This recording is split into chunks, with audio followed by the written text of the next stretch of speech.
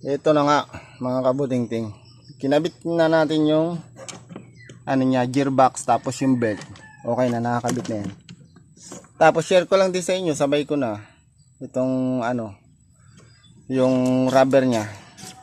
Ito mga kabutingting, pagka yung tumatagas dito sa hose yung tubig, may lumalabas dito. Itong problema niyan, papalitan niya. Itong valve niya. Hindi niya na nasisil masyado yung diyan, kaya lumalabas yung tubig. Yun.